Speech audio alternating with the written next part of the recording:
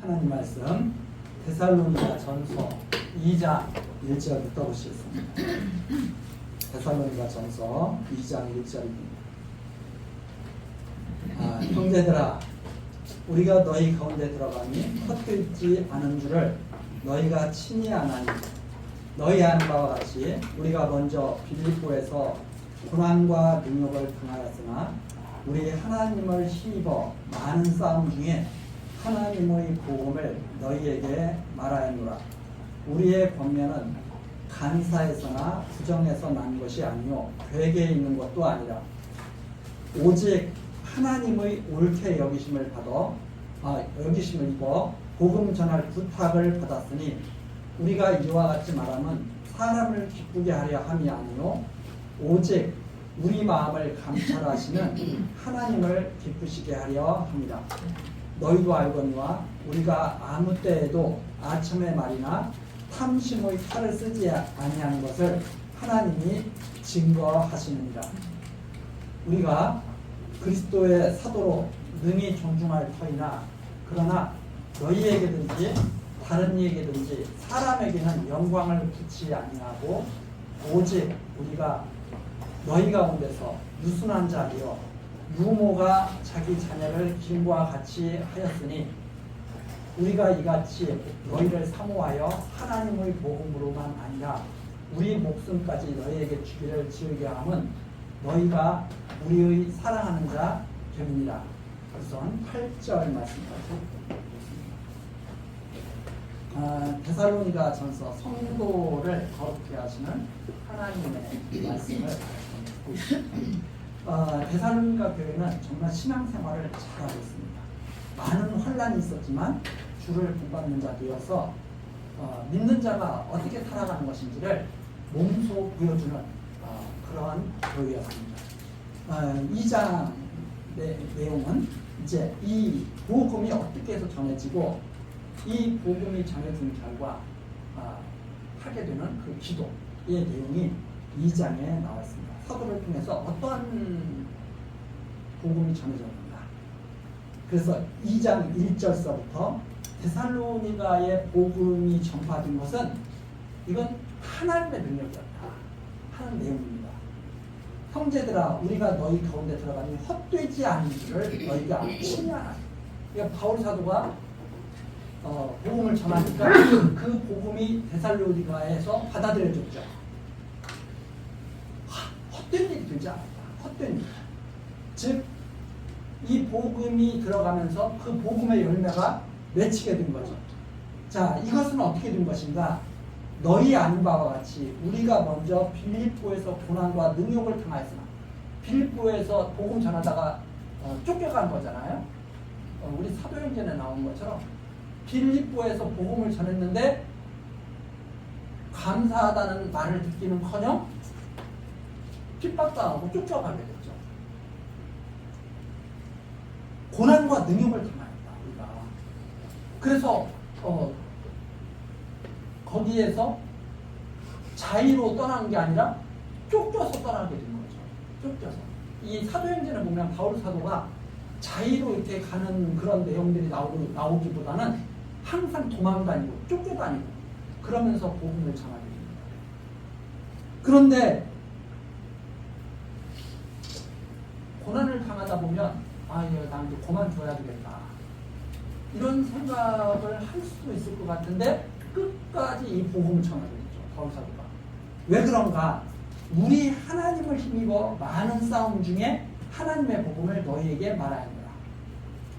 그러니까 이 험한 일을 겪었지만은 지체하거나 좌절하지 않고 하나님 말씀을 계속 전하게 된 것은 하나님을 힘입었던 것이다. 지체하지 않았다. 예를 들어서 그런 거죠. 쫓겨가요. 왜 쫓겨가느냐? 하나님의 능력이 없어서 쫓겨가게 하신 것이 아닙니다. 하나님이 거기에서 더 머물게 하시려면 얼마든지 머물게 하실 수 있죠. 그런데 쫓겨가게 하신 것은 뭐냐면 너 지체하지 말고 빨리 가라는 말씀. 이게 조금 사람들이 생각하는 그런 시각과 좀 다르죠. 사람들은 능력이 없어서 쫓겨가나 보다. 이렇게 이해를 할 수도 있지만 이 바울 사도가 지금 말하는 것은 하나님을 힘입어서 우리가 간 거야. 지체하지 않게 하시고 빨리 떠나게 하신 거야. 이렇게 일을 갖다가 바라볼 수 있는 그런 눈이 있습니다. 그래서 이게 참 똑같은 일을 가지고도 어떻게 보느냐에 따라서 완전히 마음가짐이 달라질 수가 있습니다. 내가 복음을 전하다가 핍박을 당하고 쫓겨갔다. 하나님이 나를 돌보시지도 않고 하나님의 일을 하는데 나를 돕지도 않으시고 사람들은 나를 갖다가 우습게 여기고 이렇게 생각할 사람이 있는가 하면 지금 바울 사도는 뭐라고 이걸 데살로니가 교인들에게 말하냐면 우리가 빌립보에서 많은 고난을 당했는데 그래서 한수 없이 너희들에게 온 것인데 이거 알고 보면 하나님의 능력이었어요. 하나님의 능력으로 그 많은 싸움을 하면서 그 많은 싸움이 어떤 거예요? 핍박하는데 견디는 거죠. 핍박받는데 참는 거죠. 복음을 위해서 그 모든 어려움을 다 이겨내는 거죠. 그러면서 하나님의 복음을 너희에게 말하게 된 것이다. 이게 하나님의 능력입니다. 그래서 3절 우리의 권면은 간사나 부정에서 난 것이 아니라 괴계에 있는 것이 아니다.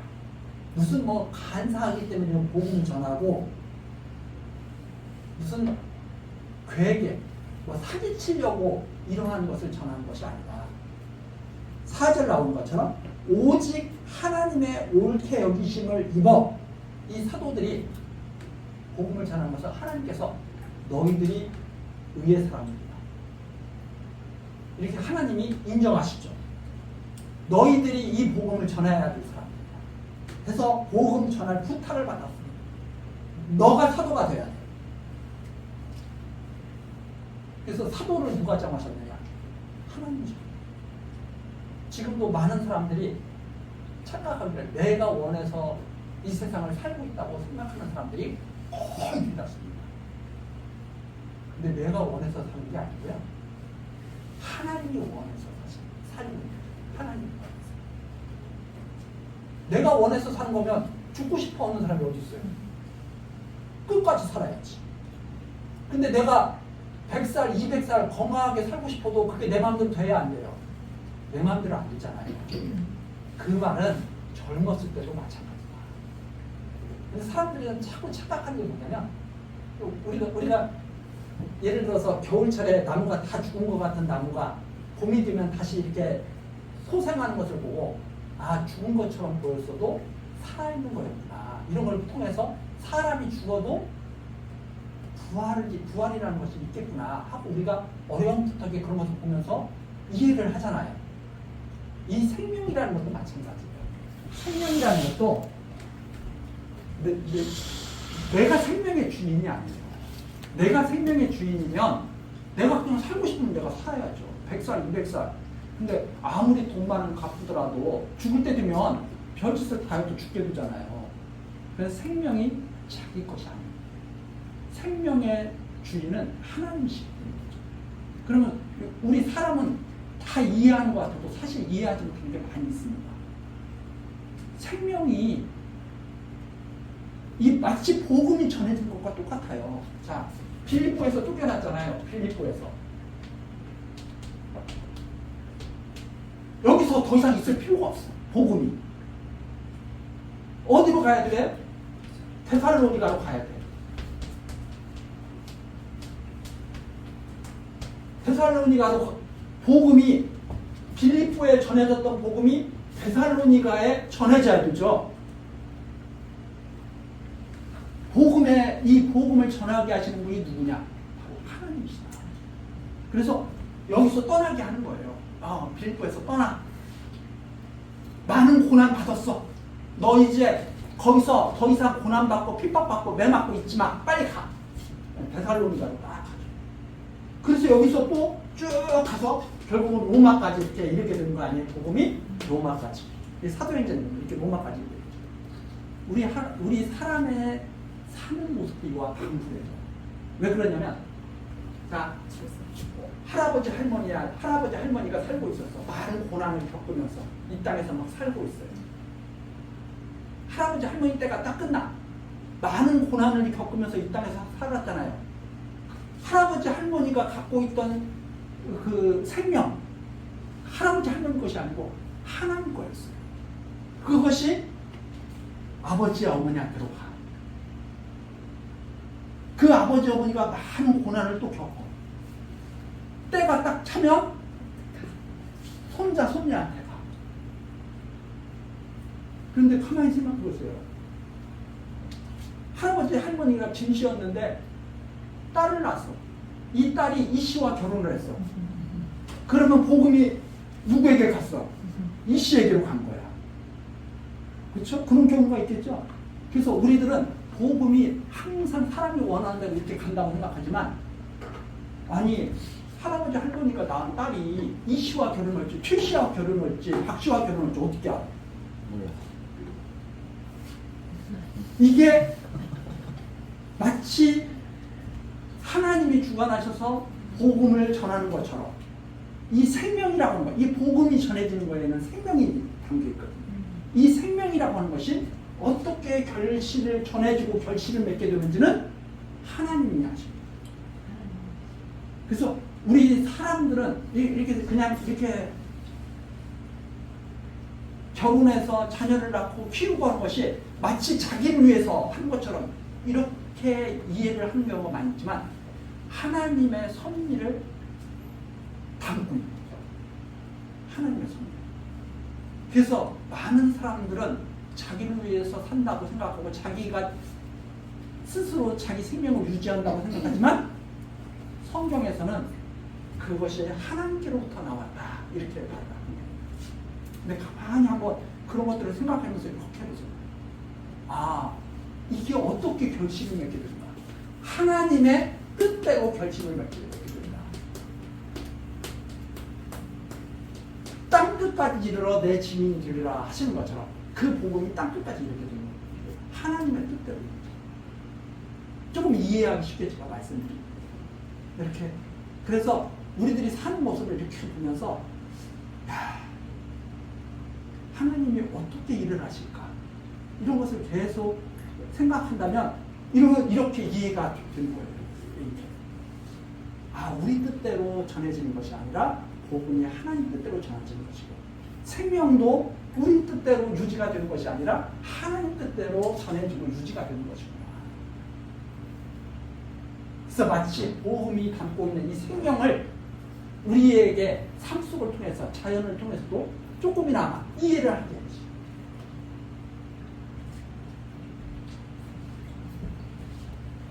자, 그래서 4절. 오직 하나님의 옳게 여기심, 하나님이 좋아하시는 대로 옳게 여기심을 입어서 복음 전할 부탁을 받았으니 사도로 우리가 부름을 받았다.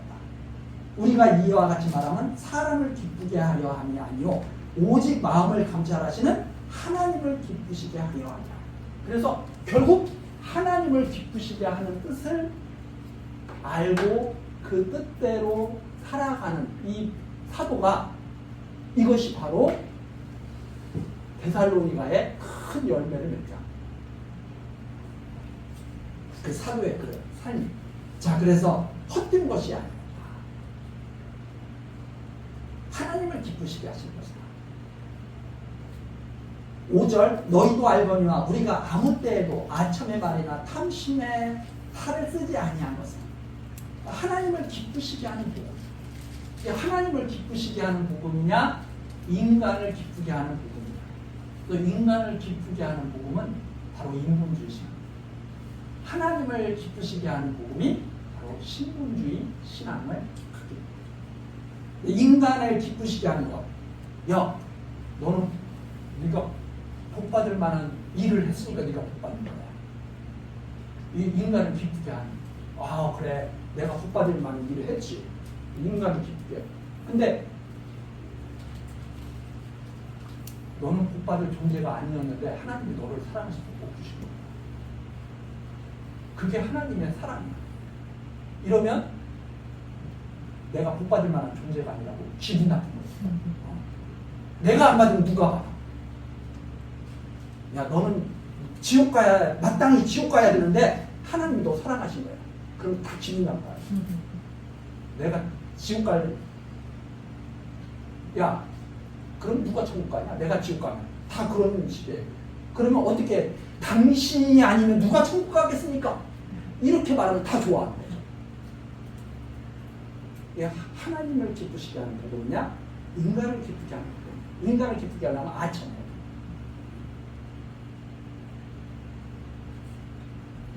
그래서 이게 참 이 아첨에 관해 탐심의 탈을 쓰지 아니한 것을 하나님이 지금하시고, 그 탐심을 탈을 쓰려는 이거죠. 여러분 열심히 해야 됩니다. 여러분 열심히 해야 하나님이 여러분 복 주시는 겁니다. 그럼 열심히 내겠죠. 탐심을 두려요. 여러분 열심히 해야 하나님이 여러분을 복 주시는 거예요. 제가 열심히 하는 것이 나쁘다는 말이 아니에요. 절대 열심히 하는 거 좋죠. 순수한 동기에서 열심히 해요. 순수한 동기. 그럼 예를 들어서 순수한 동기에서 열심히 하는 것은 뭐냐? 시간이 마치 어머니가 자녀를 열심히 키우는 거예요. 그게 우리 사람들 사이에서 볼 수 있는 가장 순수한 동기라고 볼 수가 있어요. 그런 것을 갖다가 이제 아가페 사랑이라고. 그러면 어머니는 어떻게 자녀를 사랑하느냐? 키가 작다고 미워하지 않습니다. 키가 크다고 이뻐하지 않아요. 키 때문에 이뻐하거나 사랑하거나 그러지 않아요. 어머니는 자기 자녀가 키가 작아도 이쁘고 키가 커도 이쁘고 아무 문제가 없어. 자기 자녀가 예쁘게 생기든 조금 못생기든 그것이 상관이 없어. 다 예뻐. 공부를 잘하든 못하든 상관이 없어. 그러니까 아무 조건 없이 자녀를 사랑하는 거예요. 그게 순수한 사랑의 가장 순수한 모습. 그것을 성경에서는 그래요. 태어나기도 전에 야곱을 사랑했다. 태어나기도 전이라는 것은 뭐예요? 아무것도 없어. 무조건이에요. 그게 진짜 무조건이에요. 그것이 하나님의 사랑. 가장 참된, 변함없고 영원한 사랑. 그런데 야, 못생기긴 했지만 너 공부 잘하니까 내가 너 이뻐. 야, 너는 못생겼지만 돈이 많으니까 너 좋아. 이런 것은 순수하지가 못합니다. 왜? 항상 조건이 따르죠. 조건이. 그래서 조건이 없는 사랑. 그것이 사랑의 가장 순수한 모습을 갖는 것이다. 하나님이 전하시는 복음이 바로 그런 복음이죠. 무조건 사랑하는 거야. 무슨 행위를 보고 내가 너희를 사랑하는 게 아니야. 너희가 무슨 가치가 있어서 사랑하는 게 아니라 아무것도 없을 때 태어나기도 전에 사랑하는 거야. 이 복음을 바울 사도가 전한 거죠. 아첨하거나 탐심의 탈을 쓰지 않고 하나님이 전하게 하신 그 복음을 전하는 거예요. 이게 이제 지금 우리가 이해할 수 있는 내용이죠. 우리가 그리스도의 사도로 능히 존중합니다. 그러나 너희에게든지 다른 이에게든지 사람에게든지 영광을 묻지 않는다. 그래서 사람 이런 복음을 전하면 당연히 사도로서 인정을 받아야 되죠. 그런데 그런 건 상관하지 않아요. 그런 건 상관하지 않고 무슨 영광을 구하지 않았다. 내 영광을 구하지 않고 우리 오직 하나님의 영광을 전하면서 우리가 너희 가운데서 유순한 자들, 정말 유순한 자죠. 유모는 이제 어머니라고 생각합니다. 어머니가 자기 자녀를 기름과 같이 하였나니 우리가 이같이 너희를 사모하여 하나님의 복음으로만, 하나님의 복음을 올바르게 쫙 전했어요. 복음으로만 전하는 것이 아니라 우리 목숨까지 너희에게 주기를 즐겨 함은 너희가 우리의 사랑하는 자입니다. 그런데 이 복음을 전하려면 목숨을 걸고 해요. 그런데 하나님의 말씀을 목숨까지 내놓으면서 이렇게 전하는 것은 정말 사랑하는 사람들이에요. 이렇게 할 것이다 하는 내용이 여기까지 지금 나와 있습니다. 우리 다음 시간 또 뒤에 부분 또 계속해서 연결해서 살펴보기로 하고 오늘 여기까지 하시겠습니다. 기도하시겠습니다. 은혜로우신 하나님, 우리들 오늘도 하나님 말씀으로 복음이 어떻게 전해졌는지, 그리고 그 복음의 결과로 어떤 열매가 맺어졌는지 우리들이 살펴보는 그런 귀한 시간을 허락하여 주시니 감사와 찬송을 드립니다. 하나님, 우리들은 하나님이 하시는 일을 잘 알지도 못하고 그리고 온전히 이해하지도 못합니다. 그러나 하나님의 말씀을 통해서 이제 그것들을 하나씩 하나씩 깨달아가면 우리의 잘못된 삶이 올바르게 하나님 앞에서 세워지기를 간절히 소망하는 마음이 생깁니다. 하나님, 우리들을 기억하시고 지켜주옵소서. 세상의 잘못된 가르침에 빠지지 않게 하시고 오직 하나님의 진리의 말씀으로 더욱 잘 자라고 강건하게 하옵소서. 그리하여 하나님의 자녀로 참으로 하나님 앞에서 설 수 있도록 크신 하나님의 사랑을 찬양할 수 있도록 우리의 길을 지키시며 인도하여 주옵소서. 모든 것 감사드리고 우리 주 예수 그리스도의 이름으로 기도드리옵나이다.